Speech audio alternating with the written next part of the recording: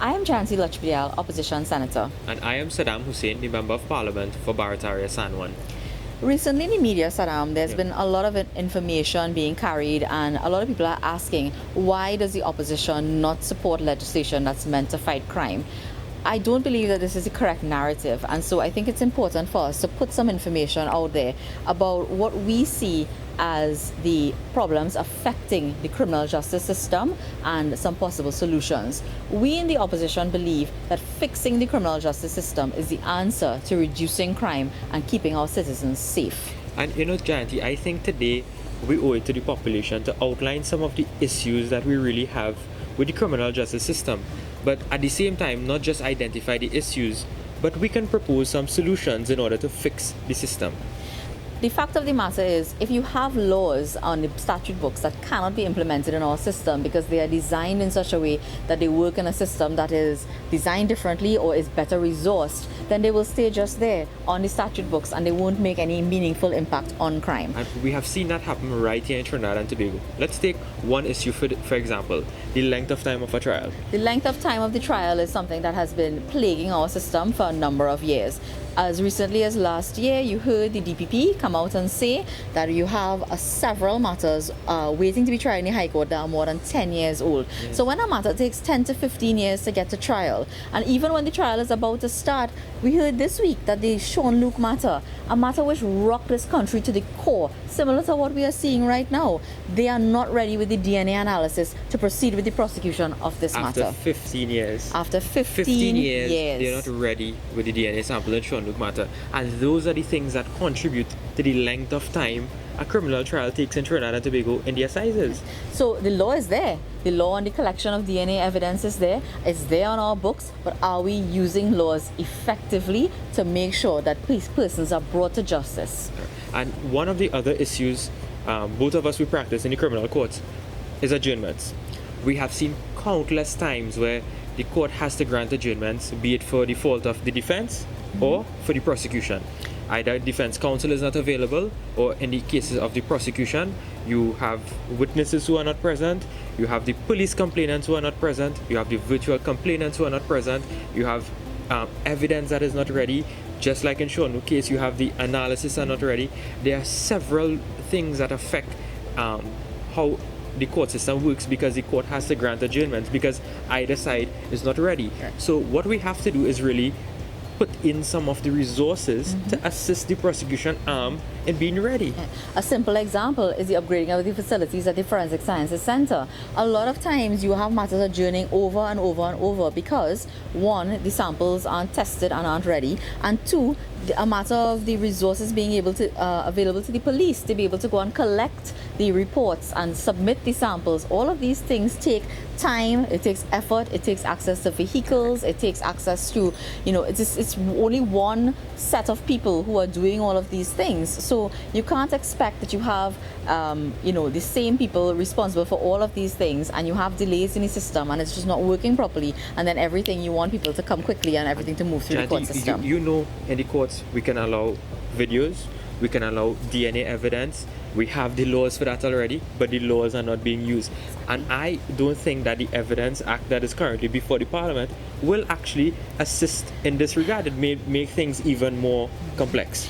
The Evidence Act really just codifies what is the practice in the United Kingdom, but all of those things are already available to citizens of Trinidad and Tobago and to the prosecution in Trinidad and Tobago. And are being used in our courts. And they are being used. They can be used. It's a matter of us having the resources, right, the will to be able to use it. Now, when you have complex laws codified in such a way and you do not resource the TTPS or you do not resource the prosecution properly to be able to use it, you can actually create avenues for people to have their matters dismissed against them and they can get away. What we know as the loopholes. Getting out on a technicality. Of course, getting off on technicalities. We can have all of these laws, but if you don't have courtrooms, how are we going to prosecute the criminals? What about having enough judicial officers, having judges, having them well-trained judges, magistrates, masters? All of these things are important to make sure the system. Trained prosecutors, availability of defense counsel. Legal aid has been underfunded for years. Well, both of us worked at the DPP's office as prosecutors, so we know what is happening with the accommodation, we know what is happening with the resources, and we know that there's a lack of staff at the DPP's office. Yep. And if we don't fix that, definitely our criminal justice system is not going to move forward. Now, what about police resources, Jayanti? You know, again, in the budget, we talked about this. We talked about the fact that the budget, goods and services, the money allocated to the police officers, to the TTPS, was actually cut this year. And they are owing people money from the year before because they did not have enough money to pay for the things that they needed. How do you expect people to do their jobs if they do not have the resources? I raised the issue already about the police not having access to basic things like paper. Saddam, do you know, the day after we debated that evidence bill that introduced all sorts of fancy mechanisms like videotaping of confessions and the first description of the accused on the crime scene and so on, I attended a matter at a particular court, and the magistrate went ballistic because for 6 months the police officer was unable to disclose a one-page document to the defense in a matter where a man is before the court, his liberty is at risk, and the court has given directions. But what happens to the police officers? They are transferred sometimes. They work in a different division. The TTPS doesn't have basic things like systems where they can prepare their documents and file them electronically with the court and disclose to defense attorneys and so on. These simple things, we are talking about a digitalization of our entire economy, but you aren't putting the tools in people's hands. We have a Stone Age system. To operate, we're still operating with Stone Age tools, but you want to digitalize the system. You cannot have that in place. So you need to resource TTPS properly, and that will get the system moving correctly. And we both know that the Trinidad and Tobago Police Service is responsible for over 90% of the prosecutions in Trinidad. And that's the something... DPP only takes prosecution of the assizes matter, which is High Court. Exactly. And if you can't properly prosecute the majority of matters in Trinidad, then how are we going to put those criminals behind bars? And again, more laws are not going to help this. We have to enforce the existing law, because once those are enforced, we will have convictions. These are simple facts that the average person doesn't even understand in this country. How much responsibility lies with the police to prosecute matters through the magistrate's court. It is very important. If you can't operate on that level, then it's like a pyramid. Everything going up is going to suffer. So you need to fix things at the basic level and have the resources there, have things working in place at the magistrate's court level, and then you can get things moving quicker up the chain. What about this bail bill that we're hearing, Jayanti? Because a lot of conversation we're hearing about bail. Now, listen, you have a constitutional right to fair bail, and I'm not saying that there may not be circumstances. There are a lot of circumstances where it is perhaps necessary and advisable not to grant bail to people. But what does keeping someone in prison for 120 days automatically accomplish if after 120 days they are released into the population and it takes another 10 to 15 years to bring them for trial to start taking place? Apart from that, have we seen when the restriction on bail was actually implemented and in place, did we see a reduction in crime? Correct. Did we really see the crime numbers falling? We've seen a reduction. Did you see an increase in convictions? We have not seen an increase in convictions because Were the police ready? The police were not ready with their matters. The prosecution wasn't So ready. for the 120 days that the man is inside the prison, maybe he cannot commit any further crime. But at the end of the day, when 120 days are up and he's out there for 10 to 15 years, he's not brought to justice. The victims are still there waiting on their day in court. Witnesses could still be threatened, and the person is going to be out there. Jayanti, why can't we fight for a system where instead of locking up somebody for 120 days automatically, that we fight for a system where we can convict them in 120 days? That is what we should be fighting for. That is what we need to have, and laws aren't going to fix that. You know what would fix that?